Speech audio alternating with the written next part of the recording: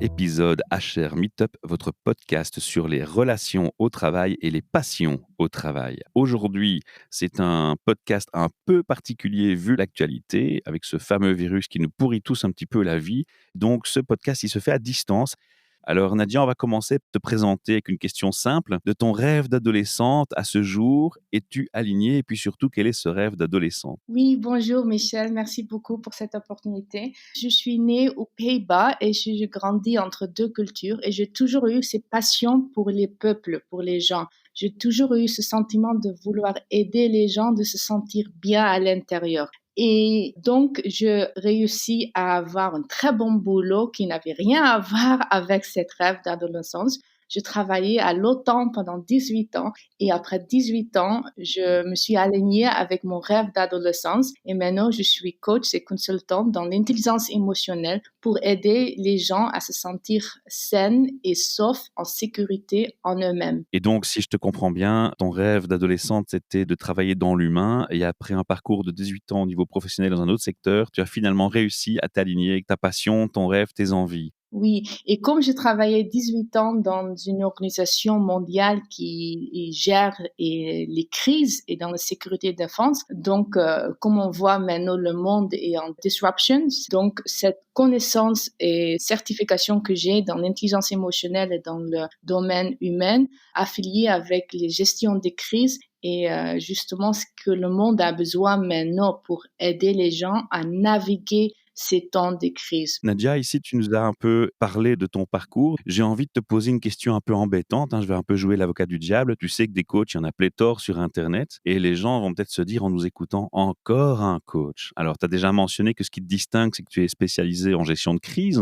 et que tu as une forte expertise derrière toi. Le fait que tu es hollandaise, ça veut dire que tu es aussi bilingue, donc tu es parfaite bilingue néerlandais-français, anglais aussi. Oui, Tu parles d'autres langues? je parle 6 langues. Donc tu as décidé de te reconvertir. Pourquoi? Quel a été le déclic pour que tu te décides à finalement, être coach? Je suis content avec cette question parce qu'ils m'ont posé plusieurs fois pourquoi tu as travaillé 18 ans dans une organisation qui n'a rien à voir avec le coach et maintenant que tu es coach. Je dis deux choses. Je dis la première chose que je fais toutes mes certifications et je travaille avec les sciences et l'intelligence émotionnelle.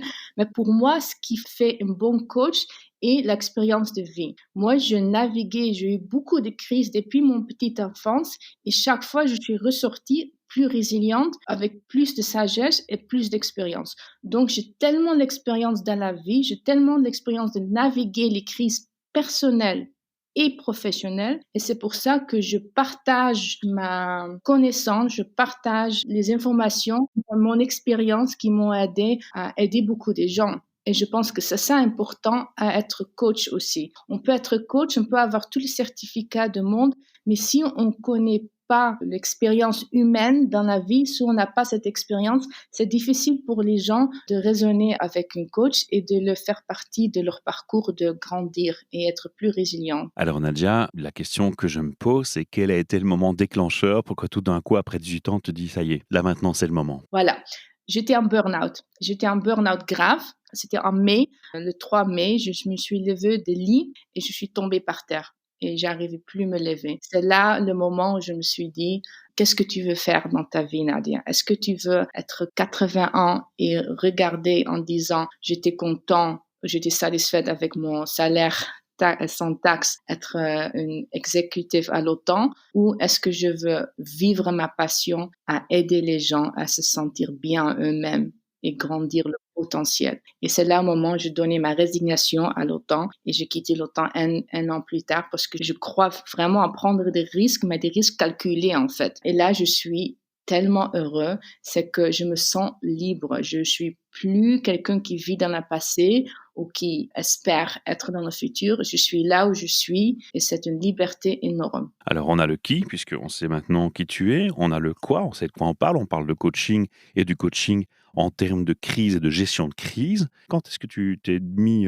à faire cette activité, je veux dire temps plein? Temps plein, 1er juin 2019, l'année dernière. C'est tout récent, en fait. Oui. Bon, ça m'amène à une question, pertinente vu que c'est récent. Quelles sont les premières difficultés qu'on rencontre quand on se lance après 18 ans de carrière comme entrepreneur et certainement dans une activité de coach? Pour moi, en fait, j'aurais rencontré moins de difficultés car je me suis bien préparée à l'avance. Et je pense que c'est un grand atout que j'avais 18 ans d'expérience expérience dans le secteur travail, car beaucoup de choses, je le savais faire automatiquement. Ça se dit, il y avait plein de petits défis que je devais naviguer, mais je pense que le premier conseil que je donnerais à des entrepreneurs qui commencent, c'est de toujours croire en soi, n'importe quel défi. Si on croit que nous, on est plus grand que les problèmes, que les défis, on réussira. C'est notre cerveau qui nous tient à l'arrière, qui nous tient en dessous de nos potentiels. Donc, moi, j'ai toujours cru que je suis beaucoup plus grand que le problème. J'ai eu beaucoup d'entrepreneurs au micro et ils m'ont toujours dit une chose, c'est que l'échec est un élément clé. Alors, on en a beaucoup parlé de l'échec. Est-ce que comme eux, tu as tendance à dire que l'échec, c'est finalement la meilleure école qui puisse nous arriver? Oui, en fait, c'est pas l'échec qui on doit avoir peur. L'échec, c'est important parce que les échecs, c'est les redirections dans la vie. Les échecs nous apprennent. Le problème, c'est qu'on reste bloqué dans l'échec au lieu d'apprendre la leçon. Moi, si j'avais 1 euro pour tous mes échecs, je serais un multimillionnaire. Je suis très, très reconnaissante de mes échecs parce que grâce à mes échecs, je suis là où je suis maintenant. Ce qui est important, c'est de ne jamais renoncer. Les échecs, ça fait partie. Et c'est ça pourquoi l'intelligence émotionnelle est très importante, parce que quand les gens expérimentent les échecs, ils ressentent les émotions négatives. Et si on ne sait pas gérer et sentir les émotions négatives sans aller dans notre tête et nous dire des histoires négatives, on va rebondir, on devient plus résiliente et on continue. Il n'y a pas un chemin à achever nos rêves ou nos visions ou nos objectifs. Il y a plusieurs chemins. Et je sais que ça fait partie. Je pense que les échecs, c'est très important. C'est comment nous, on voit les échecs. Les gens qui sont le plus succès dans le monde, c'est leur mental. Voilà, c'est pas l'échec qui est le problème. C'est à jamais renoncer et continuer malgré les échecs. Les échecs nous donnent énormément d'informations. Mais est-ce qu'on concentre sur le verre à moitié vide ou moitié plein? Tu as parlé plusieurs fois d'intelligence émotionnelle. Pour toi, qu'est-ce que c'est l'intelligence émotionnelle, Nadia? Pour moi, l'intelligence émotionnelle, c'est de savoir reconnaître les émotions qu'on ressent, les émotions positives et les émotions négatives, de ressentir ces émotions et de savoir quelle histoire on le dit dans notre tête. Si on ressent les émotions négatives, c'est normal, ça fait partie d'être humain. Mais si on ne sait pas gérer et si on se dit des mots et des histoires négatives dans notre tête, ça va encore plus agrandir ces émotions négatives. Et c'est là où les gens tombent en dépression, en burn-out. Ils n'ont plus la force émotionnellement. Donc, pour moi, l'intelligence émotionnelle, c'est de savoir gérer les émotions et les positifs et les négatifs et de devenir plus résilient malgré les émotions négatives et d'utiliser les émotions positives pour avancer notre vie, pour avancer le travail. Par exemple, si on a un objectif et si on se sent négatif, si on ressent beaucoup d'émotions négatives, pour achever ces objectifs, ça va être très difficile. On n'a pas envie, on se sent pas bien et on se dit des choses pas bien. Par contre, si on se sent positif, si on ressent des émotions positives, si on dit des choses positives dans notre tête qui redéclenchent les émotions positives, alors là, on va travailler pour achever nos objectifs avec plein d'énergie, avec plein de positivité, avec plein d'inspiration. Et c'est ça qui est clé, de reconnaître quand on ressent des émotions négatives pour nous aligner à ressentir les émotions positives et là faire le travail, et là faire les entretiens avec des gens, et là avoir des relations saines. Alors Nadia, on a parlé tout à l'heure du fait que tu parles 6 langues. Est-ce que tu fais du coaching essentiellement en anglais, en néerlandais? Je fais des coachings et en néerlandais et en français. Et les gens, ce qu'ils aiment bien avec mes sessions, c'est pas seulement les paroles, mais c'est les énergies et ma capacité. Je suis très intuitif. Donc, je comprends les émotions des gens, même sans qu'ils parlent. Et je pense qu'on sous-estime l'importance et le pouvoir, la capacité d'un coach de comprendre ses clients au-delà des paroles et l'énergie qu'on partage. Donc, ça se passe très bien, même en français et en néerlandais. Justement, j'ai fait un webinaire la semaine dernière en néerlandais pour une organisation nationale néerlandaise qui aide les gens à chercher du boulot. Et ça s'est très, très bien passé. Ça me mène aussi à la question de comment justement, parce que tu parles de ressenti, de feeling. Bon, ça, je pense que c'est un élément clé important de comprendre. Un coach ne se limite pas à interpréter les mots, il va beaucoup plus loin dans sa réflexion. Mais comment est-ce que tu travailles? Donc moi, je suis intéressé, je t'ai entendu dans ce podcast, je te contacte, j'ai une problématique, ça peut être du stress, ça peut être un conflit au boulot, ça peut être une situation de crise, le fait que je ne supporte pas le confinement, ça peut être n'importe quoi. Moi, je te contacte, comment est-ce que tu vas travailler? Alors il y a deux contextes, il y a le contexte où on va dire on est hors crise, on peut se voir en face à face et puis il y a le contexte actuel. Tu préfères mettre en avant l'un ou l'autre pour l'instant? Tu peux travailler à distance, tu m'as dit? Pour l'instant, je travaille en ligne, donc je fais plus online coaching qu'en personne. Et comment je travaille moi? Moi, d'abord, je fais une introduction avec les gens, avec les clients qui sont intéressés, parce que je veux aussi vraiment savoir si je suis capable, si je peux les aider, parce que je pense que c'est important. C'est un partenariat. C'est pas que moi et les clients, c'est les clients aussi doivent être prêts à investir en soi-même. Comme moi, je travaille donc avec la personne à la transformer de l'intérieur. Donc, si on sait que notre cerveau, il y a deux parties. Il y a la partie qui est responsable pour 5% de nos fonctionnements, c'est le cerveau conscient, et il y a le cerveau sous-conscient qui est responsable pour 95% de nos fonctionnements. C'est là, toutes les pensées automatiques, tout ce qu'on fait automatique sont les pensées. Et ça, il y a un lien avec les émotions, parce que quand on sent une émotion positive ou une émotion négative, le pensée qu'on a par défaut est déclenchée. Donc moi, j'aide vraiment à les gens à transformer ces pensées limites, à naviguer leurs émotions négatives pour se sentir libre, pour se sentir en pouvoir, pour naviguer les défis de la vie, les défis de le travail et de vivre au-delà de leur potentiel. Alors finalement, Nadia, dans ta méthode de travail, qu'on soit en face à face ou à distance, comme on l'est actuellement, ne change pas vraiment les choses, si ce n'est que peut-être tu vas manquer tout un facteur de communication qui est la gestuelle, l'expression du regard, le faciès que tu ne vois plus. Ou tu travailles avec une caméra, comment tu fais? Je travaille avec une caméra et c'est ça que je dis aux gens. Quand on a une très bonne énergie, quand on a cette intuition, et l'énergie, c'est très, très important. L'énergie, il ne s'arrête pas au-delà de l'écran. Donc, moi, je travaille avec les caméras et les gens, en fait, mes clients sont surpris positivement parce qu'ils venaient d'abord en personne et maintenant, on le fait en caméra et ça a le même effet, même en caméra. Parce que quand on sait que l'énergie, ce qui compte aussi entre le client et le coach, alors là, l'énergie, il va au-delà d'écran. Donc, ça marche très bien avec les caméras et un bon outil. Ça marche très bien. Il faut bien se rendre compte que, on le dit aussi dans les centres d'appel, quand tu travailles dans un call center, comme moi je l'ai fait, on t'apprend que le sourire s'entend dans la voix. Et donc forcément, l'énergie s'entend aussi dans la voix. Une belle remarque que tu fais là. Si je peux ajouter, c'est que moi, tout ce que je fais avant de commencer une session avec client, je me prépare moi-même. Je fais mon intention, je me dis qu'est-ce que je veux achever, qu'est-ce que je veux apporter comme valeur à cette client. Donc, je me mets vraiment dans l'état de donner le valeur. Et là, ça change parce que l'énergie se commence à positionner et ça se ressent pendant toute la session. Nadia, si la crise se passe, donc d'ici quelques semaines, tu vas recommencer tes activités de visu. Est-ce qu'il t'arrive de te déplacer chez tes clients et si oui, où te déplaces-tu? As-tu une limite, de trajet pour, exercer ton métier?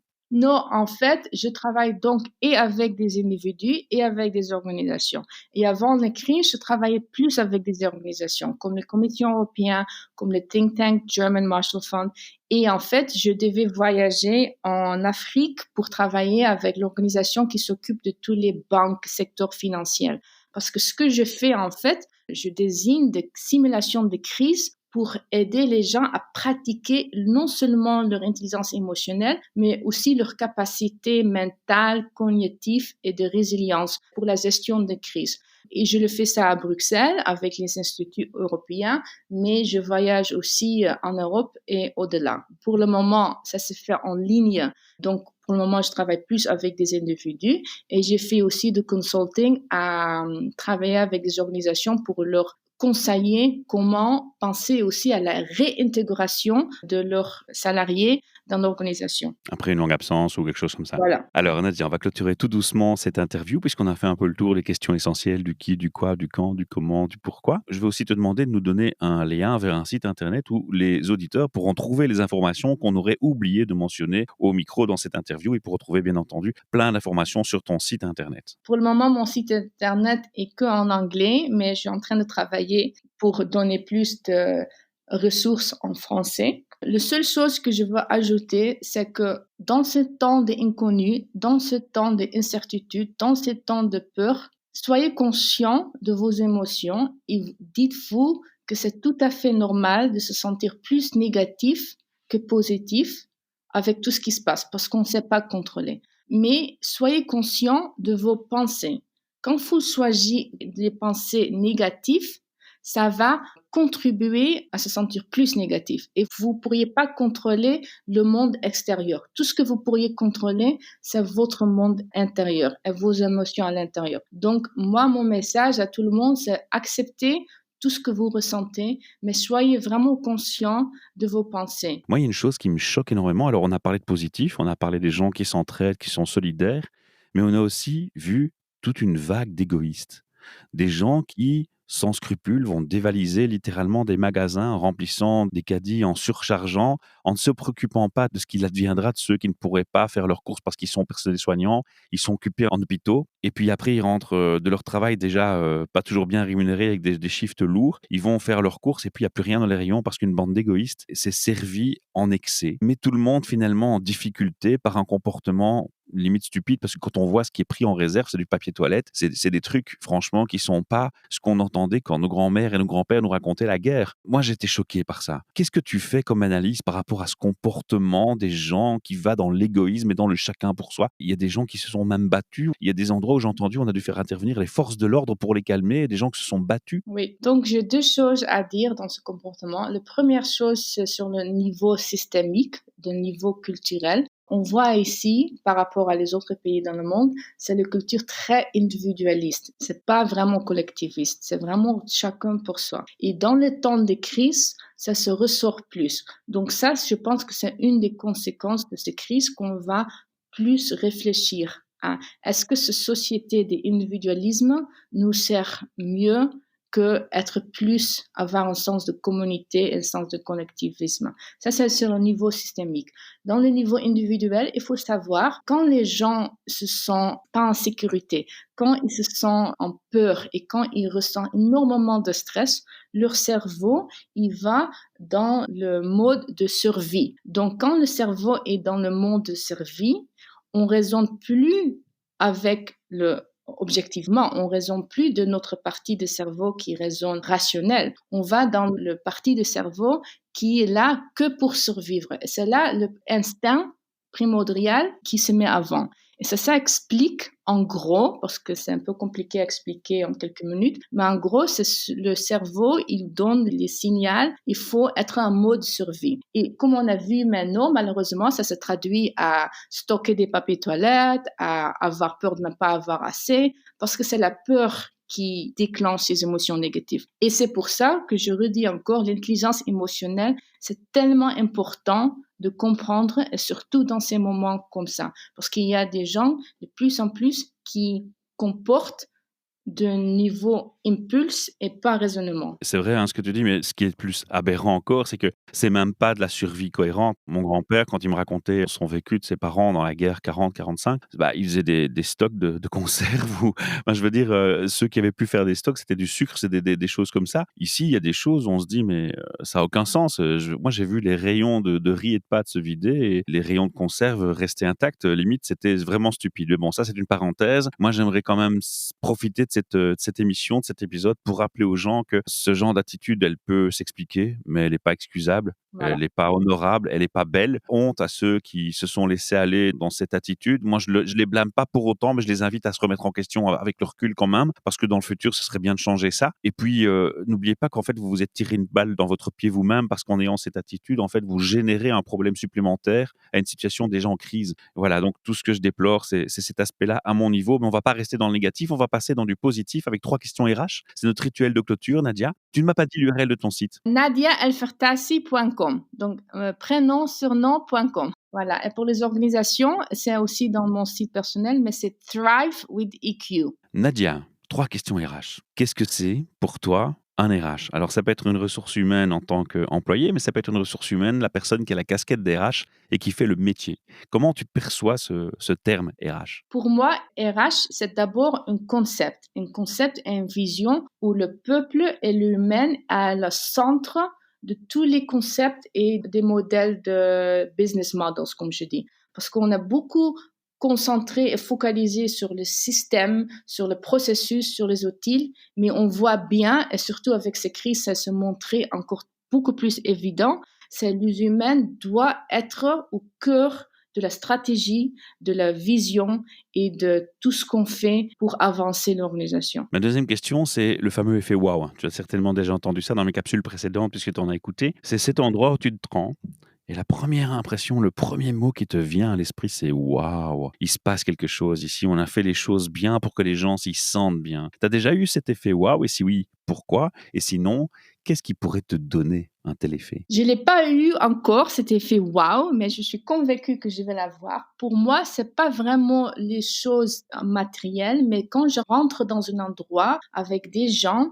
où je me sens moi-même, où le jugement n'est pas existant, quand les gens ils peuvent être eux-mêmes et travailler dans leur potentiel, parce qu'il y a tellement d'énergie mentale, il y a tellement d'énergie émotionnelle, il y a tellement d'énergie physique quand les gens peuvent être eux-mêmes et on se juge pas. Une organisation, un environnement qui pousse à avoir cet environnement en sécurité, pour moi, c'est le wow effect. Parce que c'est là la vraie diversité et la vraie inclusion qu'on tous parle. C'est ça des buzzwords, diversity and inclusion. Mais la vraie diversité et la vraie inclusion, que les gens peuvent venir au travail eux-mêmes et ne pas avoir peur d'être jugés ou d'être restreints et de vivre leur plein potentiel. Parce que c'est l'organisation qui va profiter à la fin. Je suis d'accord avec toi qu'il faut pas juger. Par contre, un ressenti, on peut en avoir. Et je vais te faire un petit aveu. Je vais te faire un compliment. J'ai eu un petit effet waouh quand je t'ai rencontré. Parce que j'ai rencontré quelqu'un qui était souriant, plein d'énergie positive. Ça se ressent, mais à mort quand on te voit de visu et quand on échange avec toi pour la première fois. Tu es hyper ouverte d'esprit et tu es orientée vers le multiculturel. Et ça, pour moi, ça a fait aussi son deuxième effet waouh. Et je suis donc très fier aujourd'hui de te recevoir à mon micro, si je peux parler de cette façon. Donc voilà un petit compliment pour toi, je pense, qui est mérité. C'est pour ça que je suis assez content de t'avoir dans cette interview. Et puis, j'ai encore une dernière question pour toi. Si tu as des DRH, des directeurs de ressources humaines qui écoutent ce podcast actuellement, quel message aurais-tu envie de leur passer, certainement lié à la situation exceptionnelle qu'ils vivent actuellement avec cette crise de confinement? Pensez au-delà d'aujourd'hui.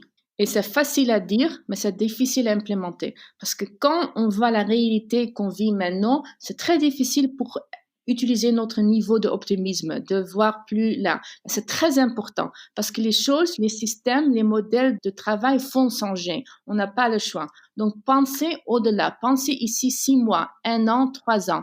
Et pensez à l'être humain. L'être humain, maintenant, vos employés, les salariés, ils ressentent énormément des émotions négatives. Et quand ils vont recommencer à travailler, il va avoir une période de réintégration et perturbation. Donc, il faut vraiment penser au-delà d'aujourd'hui et comment vous allez être à l'avance pour bien réintégrer vos gens au sein de l'organisation. Alors Nadja, moi j'ai une remarque quand même, pas dans mon idée de te contredire, hein. Tu as raison, il y a des gens qui sont assez dans l'angoisse, dans le stress, ça se sent. Par contre, je vois aussi, paradoxalement et en parallèle, des gens qui tout d'un coup font des joggings, font des balades à vélo avec leurs enfants. J'ai jamais vu ces gens faire des balades à vélo avec leurs enfants avant, puis tout d'un coup, ils le font. Donc je crois pas que dans cette crise, il y a que du négatif, il y a aussi du très très bon et des remises en question. Oui, mais exactement ça, Michel, parce que non seulement, par exemple, ces gens-là qui maintenant ont senti la vraie vie, ont se senti en bien-être, ils sont sentis avec leur famille, leurs enfants, quand ils vont recommencer à travailler, ils vont dire à leur employeur,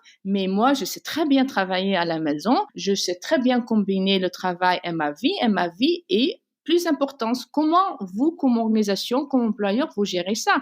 Il y aura des gens qui vont pas aimer être à la maison, travailler à la maison, qui préfèrent le bureau. Comme organisation, comme un DRH, va gérer ces différents besoins de travail parce que les gens maintenant, ils ont senti un autre monde. Tu comprends?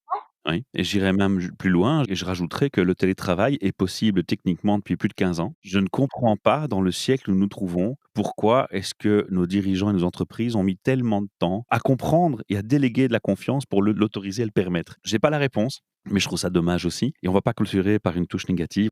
Je crois qu'avec tout ce qui vient de se passer, ces fameuses personnes qui ont peut-être été dans le frein au changement ont maintenant compris que c'est l'inverse qu'il faut faire et qu'il est urgent de favoriser et de stimuler un maximum de télétravail finalement, on est bien chez soi. Voilà, et ce que je voulais dire, Michel, pour clôturer, c'est que cette culture de manque de confiance, de vouloir contrôler les gens comme on le voit devant nous, ça change maintenant. Maintenant, cette expérience de télétravail sur un niveau global va montrer aussi à ceux qui ont résisté le télétravail que si on a confiance aux gens et on baisse le besoin de contrôler. Parce que les résultats, les objectifs, ça s'achève aussi à la maison. Merci Nadia, j'ai vraiment été heureux d'échanger avec toi et on te retrouve à notre micro quand tu le souhaites. Si tu souhaites ajouter un feedback ou faire un podcast sur l'évolution ou un sujet particulier, on te retrouve avec une grande joie. N'oubliez pas que vous pouvez nous aider aussi de votre côté, chers auditeurs, en partageant ce podcast, en faisant un like, ça nous aidera et ça nous encourage énormément. Mille merci pour votre attention, à très bientôt.